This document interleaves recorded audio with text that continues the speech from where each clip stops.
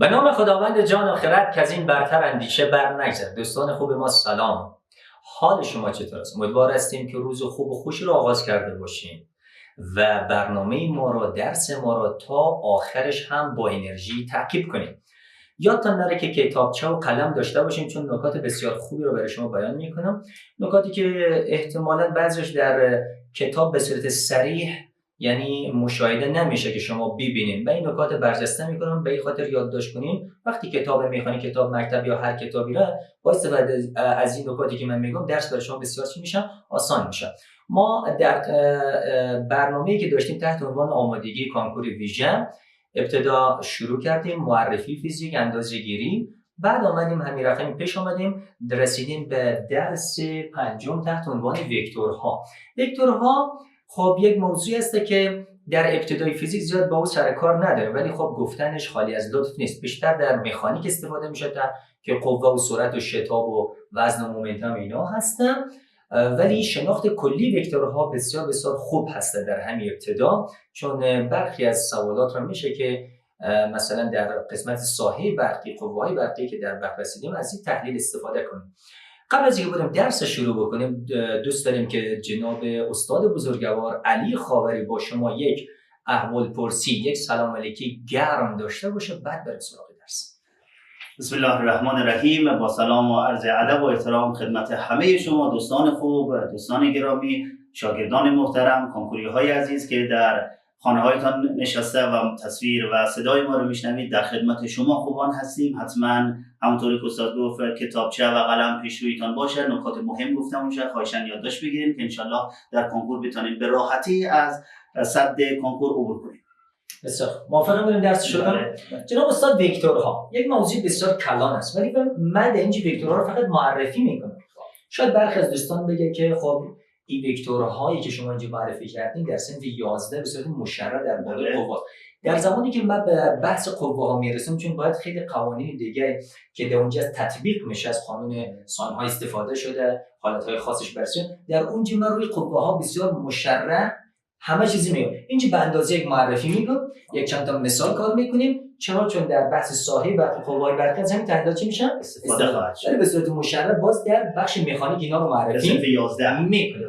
پس کمیت‌های وکتوری شناختش بسیار بسیار چیز مهم است، ولی کلیات داستان است که ما اول خود وکتورها رو مطالعه. خب جناب استاد، کمیت‌های وکتوری، این کمیت‌ها علاوه بر مقدار دارای جهت نیز میباشند، مانند قوه، سرعت، تغییر مکان و غیره. یعنی هر کمیتی که استاد بر علاوه مقدار جهت لازم باشه حتما یک کمیت وکتوری است. در بحث کمیت‌ها ما به اینا اشاره کرده بودیم. کمیت‌های وکتوری بسیار. حالا من تعریفی مجددا بردم که شاگردا به یادشان بیاره. پس کمیت‌های وکتوری هم مقدار داره هم جهت. مثل قوه. مثلا ببینید قوه، ببینید سمبولش هست، بالش علامه تیر گذاشته، نشان وکتوری هست، این خود جهتش است، وکتورش. بزرگی از این وکتور مقدار نشان میده، یعنی هر قدر وکتور بزرگ باشه مقدار قوه بیشتر است، هر قدر کمتر مقدار قوه کمتر است. و این تیر هم که هست جهتش نشان میده. خب مقدارش که از ابتدا تا انتها گرفتیم نشته شده مثلا چی؟ 20 نیوتن. پس یک وکتور دیگه که از این طولش بزرگتر باشه حتما مقدارش از 20 نیوتن چه است؟ بیشتر است. بریم سراغ کمیت‌های اسکالری. کمیت‌های اسکالری، این کمیت‌ها تنها مقدار دارند و فاقد جهت میباشند، مانند تیزی، کار، درجه حرارت، کتله و طول. جناب استاد، منظور از کمیت اسکالری کمیت‌های فقط با یک عدد بیان میشه. تمام شد. درست شد؟ مثل زمان. 35 ثانیه. درست شد؟ دقیقاً. شما وقتی میگین 35 ثانیه، درسته، زمان 35 ثانیه گذشت.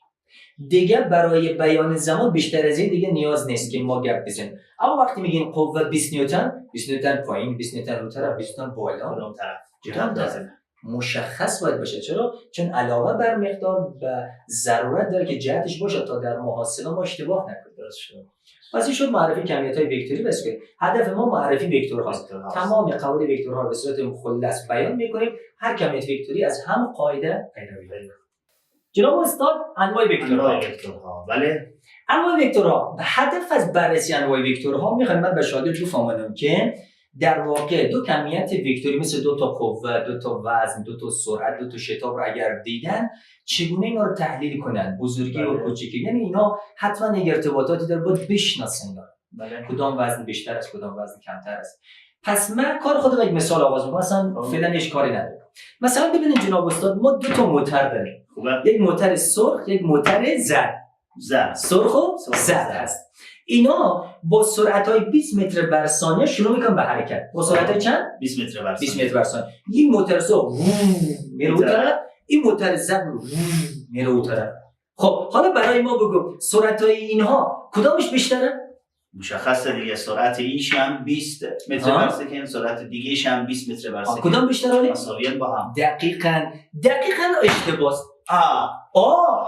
چرا؟ خیلی جالبه جناب استاد. دقیقاً وقتی ما مفاهیم وکتورها رو نفهمیم میگیم این دو تا سرعت با هم مساوی است. زمانی دو تا کمیت وکتوری با هم مساوی میشن که از نگاه مقدار با هم برابر باشه، 20 و 20 درست است. از نگاه جهت هم با هم برابر باشه. هم جهت باید باشن. خیلی وقتا شاگرد فکر میکنه خب این دو تا صورت با هم مساوی است. نه، این دو تا کاملا متضاد هم دیگه است. متضاد مخالف هم دیگه است. یعنی اگر در یک سیستم بررسی بشن محصله صفر میشه. محصله چند هستن؟ صفر خواهد شد. صفر هستن. پس شرط وکتورهای مساوی دو تا شد. یکی همطول باشن، همطول یعنی طول اون مقدارش هست. و دیگه چی باشن؟ هم جهت باشن. میشه وکتور با این مثال خیلی ساده فهمید. از این وکتورهای مساوی شد هم جهت و هم طول، دو مشخصه. خب بریم این طرف وکتورهای متضاد. پس باید وکتور متضاد چی باشه؟ دقیقاً مخالف مقدارشون برابر باشه، یعنی طولشون فقط چی؟ فقط جهتشون مختلف باشه. دقیقاً این میشه دو تا وکتور که حالا مثلا اگر ای وکتور متضادش باشه میشه منفی ای. اون علامه منفی یعنی که تغییر جهتش 180 درجه میشه وکتورهای متضاد. وکتورهای مختلف از نامش پیدا استاد که جهت‌هاش باید مختلف باشه، اندازه‌هاش هم ممکنه مختلف باشه. اگه جهت‌هاش اینا مختلف، اینا یعنی کلا اختلاف دارن، نه هم در مقدار اختلاف دارن هم در جهت. مثلا این وکتور A هست، وکتور یکی رفته اون طرف، یکی رفته این مقدار و این مقدار، اینا کلا اختلاف. اینا شناختش خوب است. شناختشون چه حساب؟ یک نکته در رابطه با وکتور متضاد بگیم خوب است، بخاطر که حل داره علی آقا هیچ مشکل نیست ان شاء الله. رفتیم مرحله بعد. نکته بعدی، وکتور منفی در واقع همان وکتور متضاد می باشد که هرگاه با هم جمع شوند نتیجه آن وکتور صفری خواهد شد.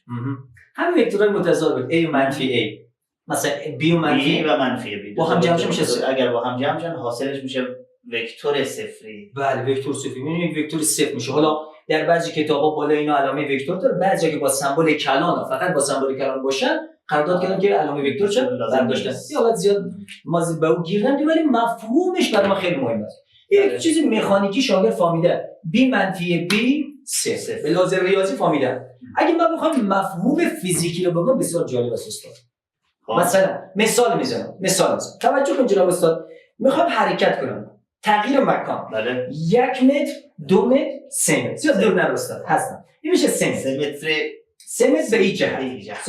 حالا جهت خود تغییر میدم استاد، میتونم 1 متر، 2 متر، 3 متر. حالا شما از من پرسان کن یا من از شما پرسان میکنم که من از نقطه شروع چند متر دور هستم؟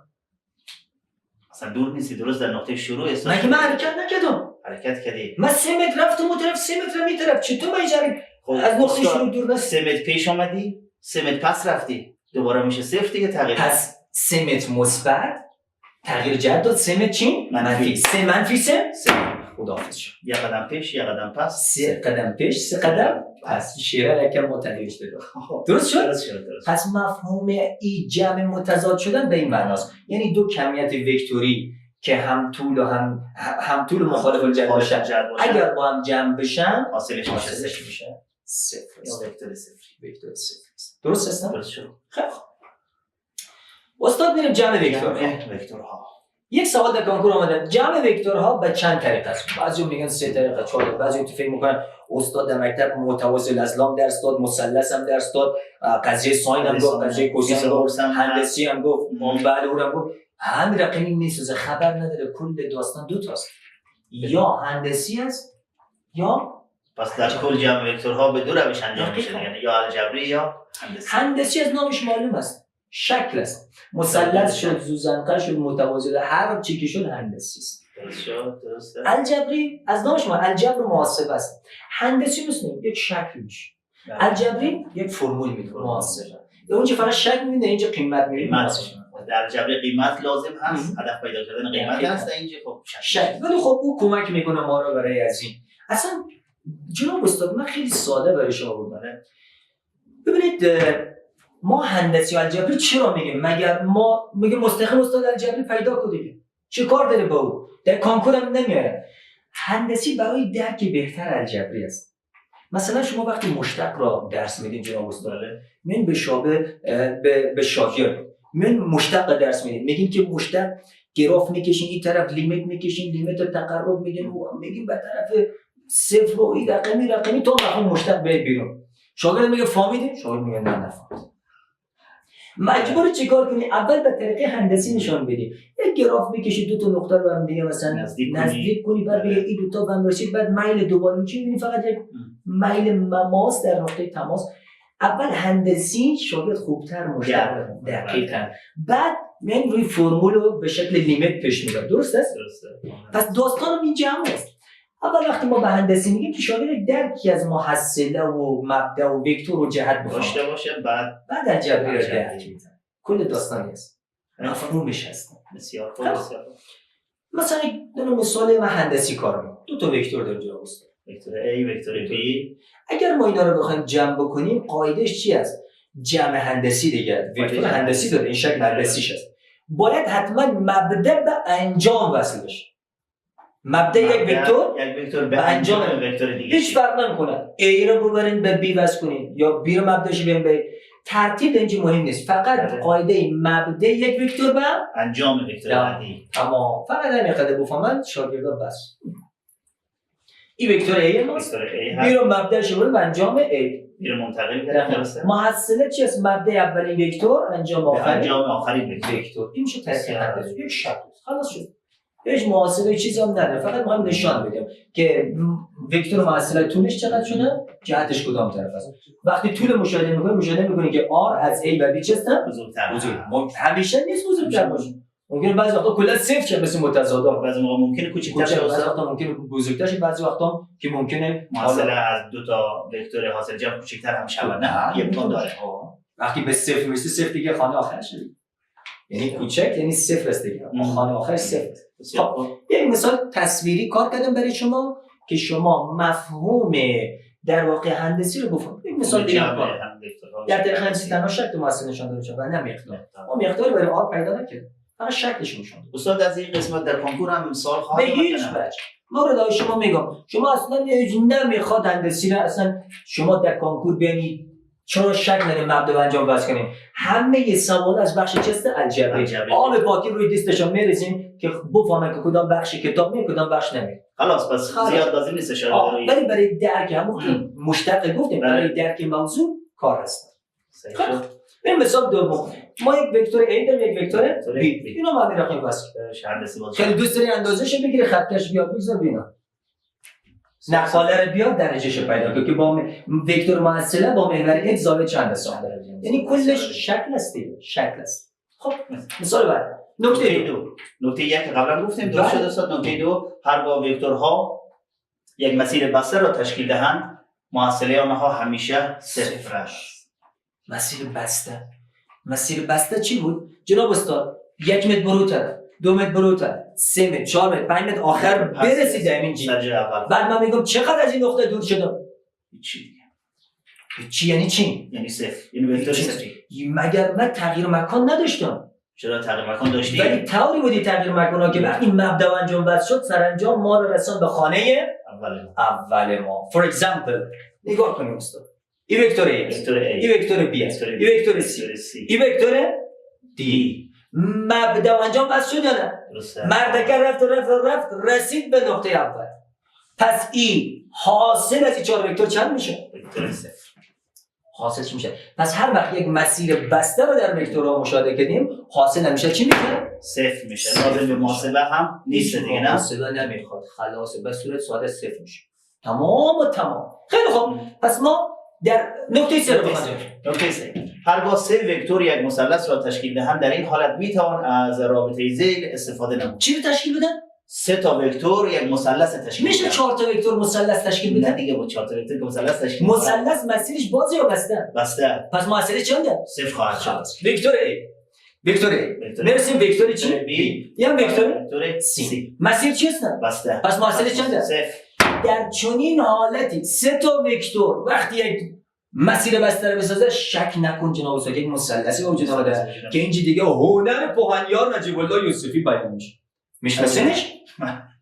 اصلا نمیشه راجبش گپ زد. باید بری درس مثلثاتش یا ببینی. فقط میگه قضیه ساین ها. قضیه چی بهش میگه؟ ساین. یک مثلث زوایای داخلی چند تا زاویه داره؟ سه تا زاویه. الفا، بتا و جناب استاد تتا گرفتیم. تتا گرفتیم. الفا بتا تتا. مجموع الفا بتا تتا 180 درجه. 180 درجه. در اینجا قضیه به نام قضیه ساین ها با وجود میاد. میگه ایزل تقسیم ساین زاویه مقابلش مساوی است با ضلع بی یکی از تقسیم ساین زاویه مقابلش مساوی است با سی به ساین زاویه مقابل تتا. این سه تا با یک تناسب مرکب ریاضی خواندید. تناسب مرکب فرق هم نمیکنه یا جابجا باشه.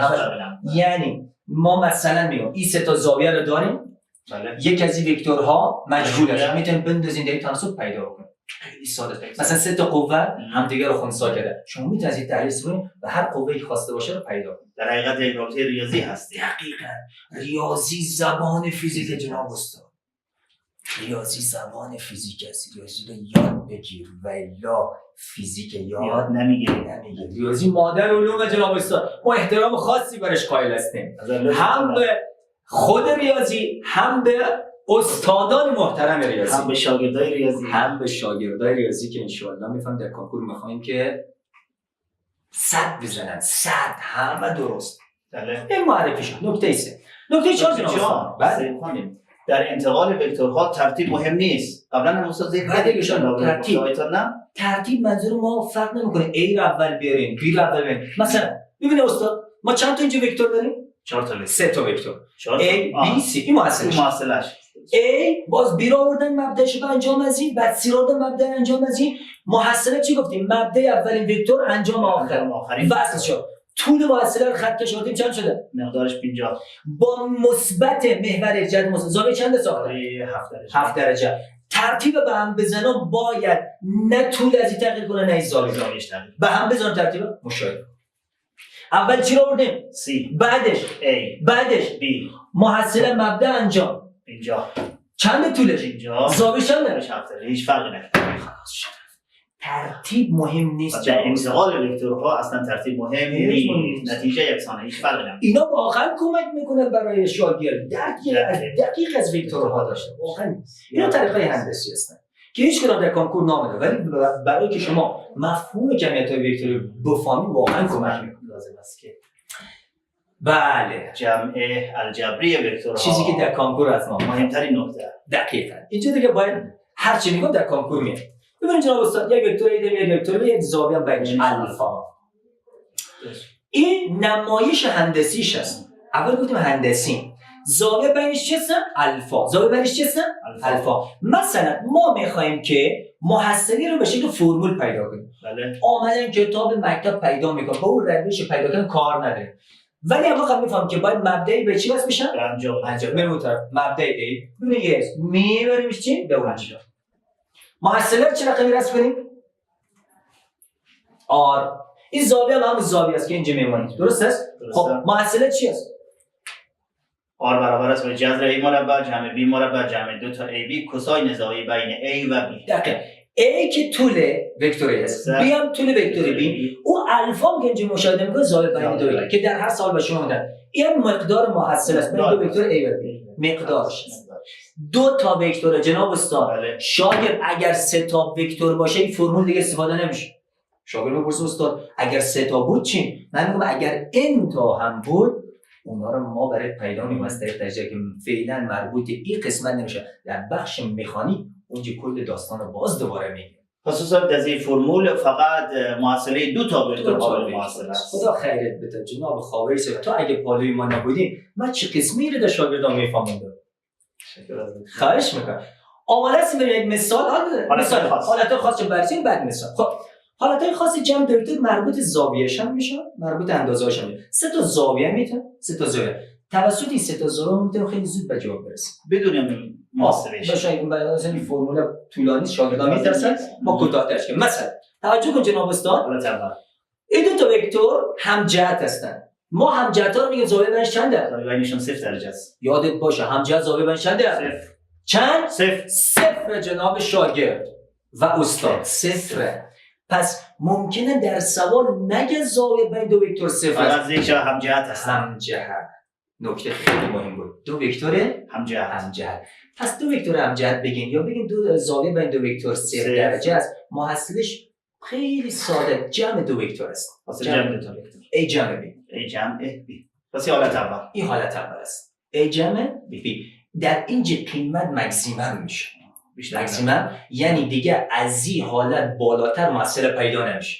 یعنی دو تا رو مبدا انجام بزنید به حالت مکسیمم خود. بریم حالت دوم. در حالت دوم دو تا وکتور بین عمود هستند. عمود زاویه بینش چنده؟ 90 درجه است. اگر من این طرف بیارم محصله رسم کنم میشه یک مثلث قائم و زاویه. در واقع وترش میشه محصله.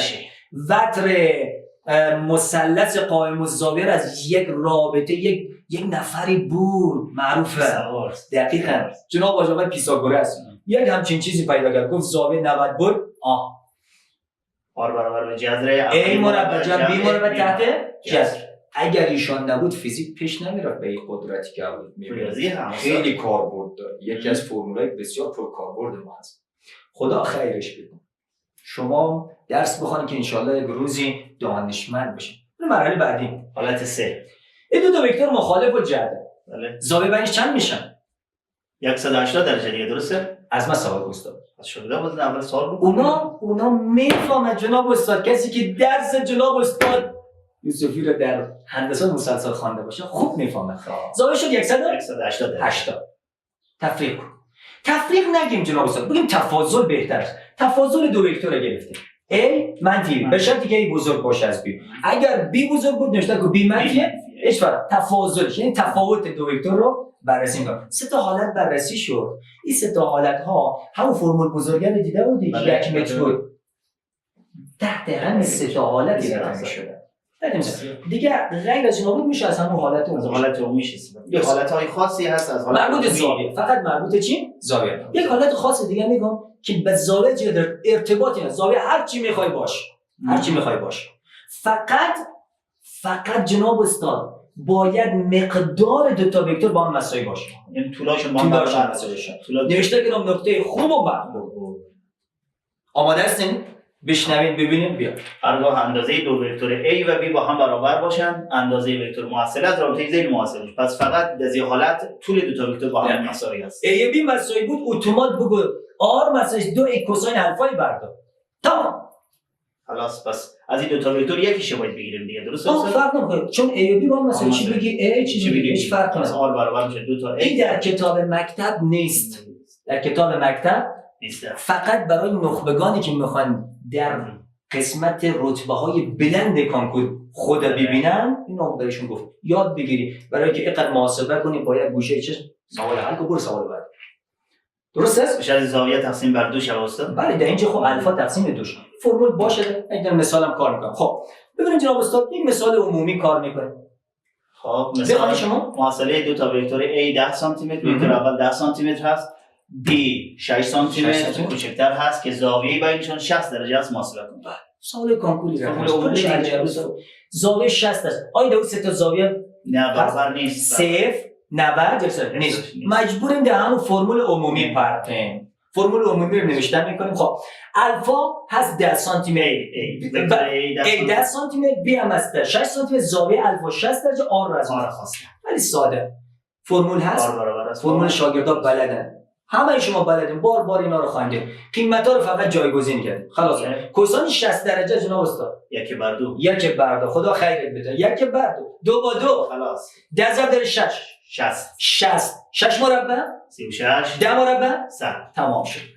حالا این سه تا عدد باید دیگه با هم دیگه شاگردا جمع کنیم و جذر بگیرن. بله 100 تا داری 100 خودش 36 و 60 96 با 100 تا 196 جذر 196 14 نمیشه 14 میشه 14 سانتی متر. پس محصله از این دو تا وکتور شد 14 14 سانتی متر. 14 سانتی متر هم از A بزرگه هم از هم از بی بزرگ. همین ساده یک سال گفتم اگر مثال‌های بیشتر رو بخوایم در رابطه با قواها اینا بخوانیم حتما در بحث میخوانیم من تمام وکتورها رو با تمام مثال‌هاش با تمام نکته‌اش باز اونجی تطبیقی برای شاگردان میگم که چی است. اینجا یک معرفی گذرا فقط یک معرفی هست. معرفی گذرا برای که یک دونه مثال دیگه هم که مثال خوب ختم داستان ما بشه دیگه. بله.